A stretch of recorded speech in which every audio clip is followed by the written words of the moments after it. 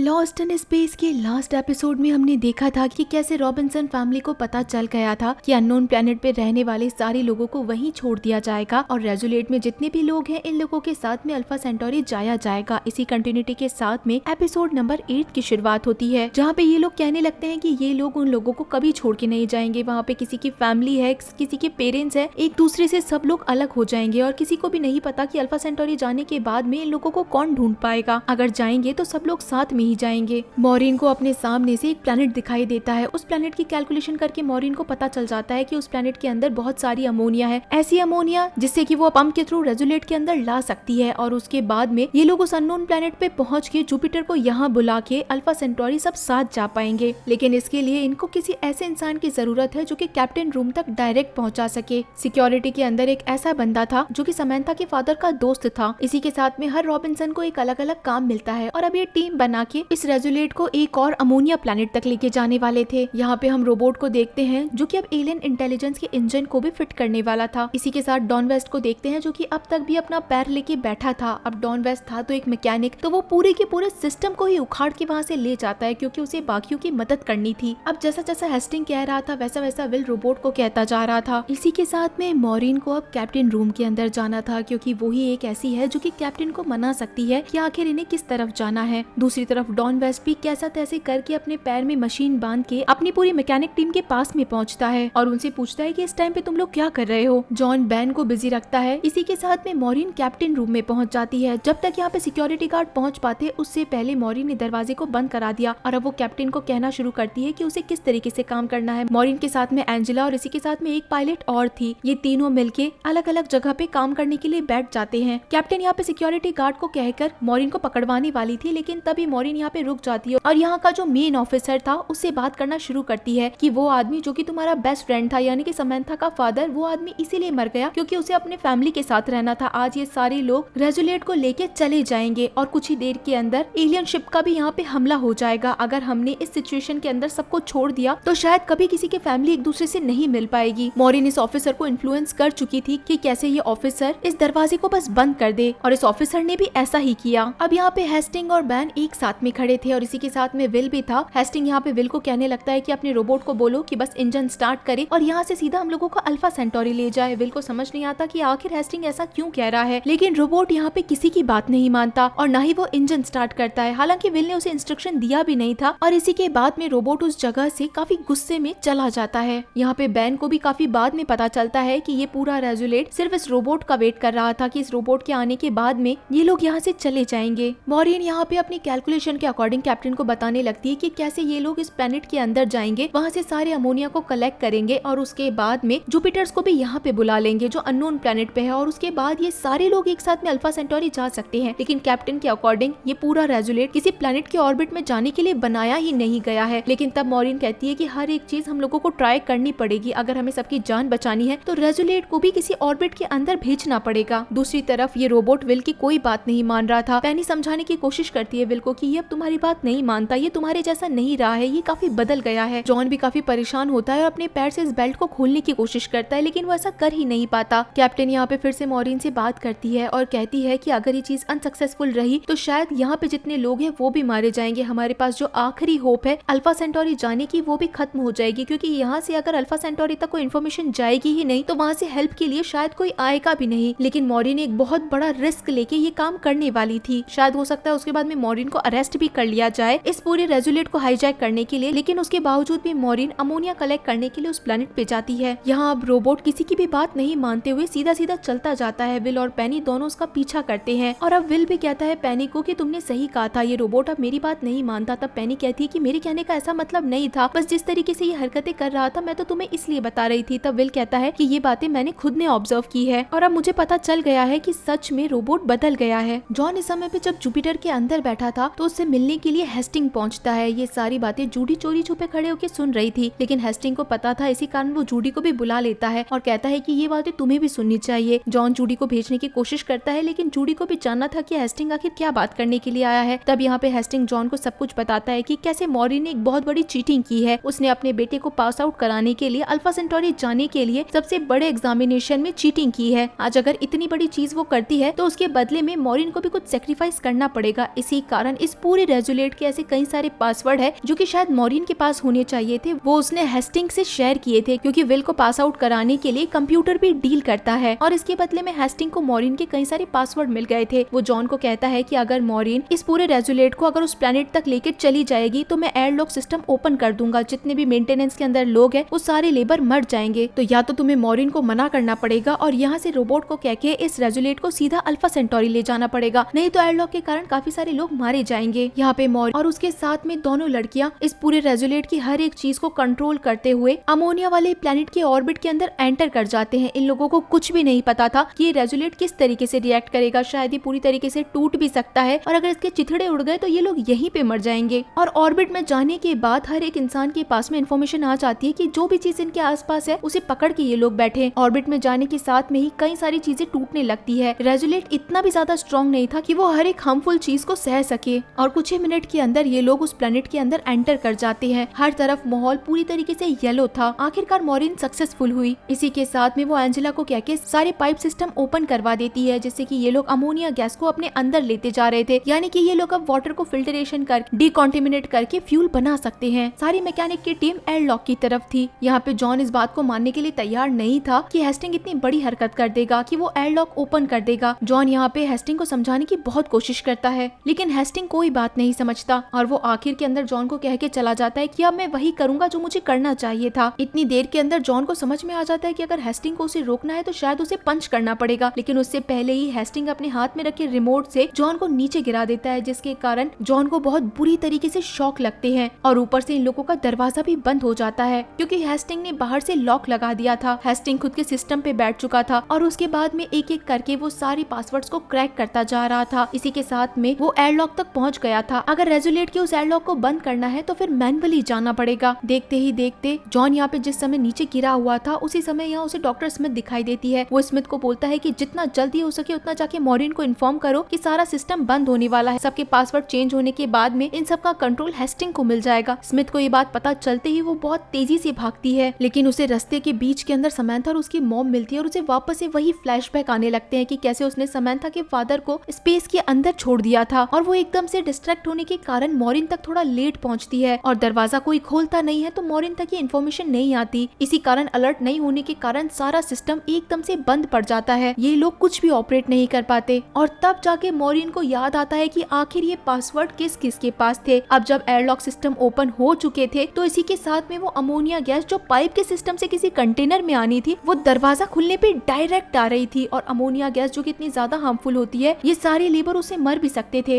Emergency system on होने के कारण दरवाजा बंद होने वाला था। तभी यहाँ पे डॉन वेस्ट के पैर के अंदर जो बहुत बड़ी मशीन लगी हुई थी उसकी मदद से वो दरवाजे को रोक लेता है और सारे मैकेनिक्स को दरवाजे से दूसरी तरफ कर देता है। बचता है तो आखिर के अंदर सिर्फ डॉन वेस्ट और उसकी एक लीडर स्मिथ। काफी लेट हो चुकी थी, वो वापस से जॉन की तरफ भागती है। इतनी देर के अंदर विल और पेनी दोनों रोबोट के पीछे भागते हैं क्योंकि इन्हें भी नहीं पता था कि आखिर रोबोट कहाँ जा रहा है। मॉरिन कैप्टन से बात करती है और तब उसे अपनी गलती का एहसास होता है कि कैलकुलेशंस हर समय सही नहीं हो सकते हैं, कभी भी ऐसा कोई भी रिस्क है जो कि उठ के आ सकता है और अब जब मॉरिन ने गलती की है तो मॉरिन को ही सुधारना पड़ेगा। मॉरिन को पता था कि मेंटेनेंस रूम के अंदर जितने भी लेबर थे शायद वो सारे मरने वाले होंगे। उससे पहले ही जाके मॉरिन को मैनुअली उस एयरलॉक को बंद करना पड़ेगा। डॉन वेस्ट और उसके लीडर के पास में सिर्फ 2 ऑक्सीजन मास्क थे और उनके अंदर कितनी ऑक्सीजन थी ये भी इन्हें नहीं पता था। ये दोनों ही धीरे धीरे करके बेहोश होने लगे थे। इतनी ही देर के अंदर मॉरिन खुद जाती है और एक मेंटेनेंस पोर्ट को अपने साथ में लेकर रेजुलेट से बाहर निकल जाती है। वो इस अमोनिया वाले स्पेस के क्लाउड्स के अंदर घूम रही थी। इतने सारे क्लाउड्स के होने के बावजूद भी वो सीधा उस जगह पे पहुंच जाती है जहाँ पे उसे दरवाजे को बंद करना है। आखिरकार बहुत कोशिशों के बाद में वो अपने मेंटेनेंस पोर्ट से उस दरवाजे को मैनुअली बंद कर देती है जिससे कि अमोनिया अंदर आ रही थी। अगर ये अमोनिया अंदर आना बंद नहीं होती तो शायद डॉन वेस्ट और उसकी लीडर मर जाते। इधर इतनी देर के अंदर अब हेस्टिंग यहाँ पे पहुंच चुका था और कैप्टन से कहता है कि अब हमें यहाँ पे 1 मिनट के लिए भी नहीं रुकना है, हम यहाँ से अल्फा सेंटोरी सीधा निकलेंगे। लेकिन कैप्टन को भी समझ में आ चुका था कि वो बचे हुए लोगों को यहाँ अकेला छोड़ के नहीं जाएगी। जितने भी लोग दूसरे प्लेनेट पे हैं उन लोगों को जुपिटर से यहाँ से बुलाया जाएगा और अब जाएंगे तो सब साथ ही जाएंगे। यानी कि हेस्टिंग की बात का कोई फर्क नहीं पड़ा किसी को। जॉन मॉरिन से पूछता है क्या तुम ठीक तो हो ना? तब मॉरिन कहती है कि हाँ इस टाइम पे मैं ठीक हूँ और बस रेजुलेट के लिए ही निकल रही हूँ। लेकिन इस समय पे मॉरिन ने इस मेंटेनेंस पोर्ट के अंदर फ्यूल नहीं देखा था जो कि काफी कम था। जॉन को इसी टाइम पे स्मिथ मिलती है और वो स्मिथ पे बहुत भड़क जाता है कि तुम्हें जब कहा गया था कि मॉरिन के पास जाओ तो तुम क्यों नहीं गई। इस समय पे गाइस मुझे पहली बार स्मिथ की कोई गलती नहीं लगी थी। अगर स्मिथ टाइम से भी भी पहुंच जाती तो मॉरियन क्या कर पाती, क्योंकि हेस्टिंग के पास तो पहले से ही सारे पासवर्ड्स थे। यहाँ पे स्मिथ रोती हुई बोलती है कि मैंने बहुत कोशिश करी उसके पास पहुंचने की, लेकिन मैं नहीं पहुंच पाई, मैंने सच में कोशिश करी थी। दूसरी तरफ हम यहाँ पे रोबोट को देखते हैं जो कि बस आगे आगे भागता जा रहा था और उसके पीछे विल और पेनी थे। रोबोट उस रूम तक पहुंच गया था जिस रूम के अंदर स्कैरक्रो को रखा गया था। स्कैरक्रो की हालत हद से ज्यादा खराब थी। ये चीज देख के विल का रोबोट भी गुस्से में आ जाता है, स्कैरक्रो को वहाँ से बाहर निकालता है और उसे ठीक करने की कोशिश करता है, लेकिन विल समझ जाता है कि इस समय पे पहली बार इस रोबोट को विल की जरूरत है। रोबोट यहाँ पे अपने ही दोस्त को टूटा हुआ देख रहा था और अब रोबोट पेनी को समझाने लगता है और इसी के साथ में रोबोट को भी समझाने लगता है कि हम तुम्हारे दोस्त की मदद करेंगे, मुझे पता है कि तुम्हारा दोस्त बहुत परेशान है और इसकी हालत खराब है, लेकिन मैं इसकी मदद जरूर करूंगा। और ये बात समझते ही रोबोट अपने आप शांत हो जाता है, क्योंकि स्कैरक्रो को मारते समय यहाँ पे पहले से ही काफी सारे गार्ड्स थे। उन सबको मारने के बाद रोबोट स्कैरक्रो तक पहुंचा था, लेकिन तब तक यहाँ पे और लोग भी पहुंच चुके थे। और इसी के साथ गाइस ये शानदार एपिसोड यहीं पे खत्म हो जाता है। तो क्या विल इस दूसरे स्कैरक्रो की मदद कर पाएगा या फिर हेस्टिंग आके फिर से इन लोगों को परेशान करेगा? तो गाइस ये तो हमें नेक्स्ट एपिसोड में पता चलेगा। तो चलिए फिर मिलते हैं आप सभी लोगों से अगले एपिसोड में, तब तक के लिए टाटा।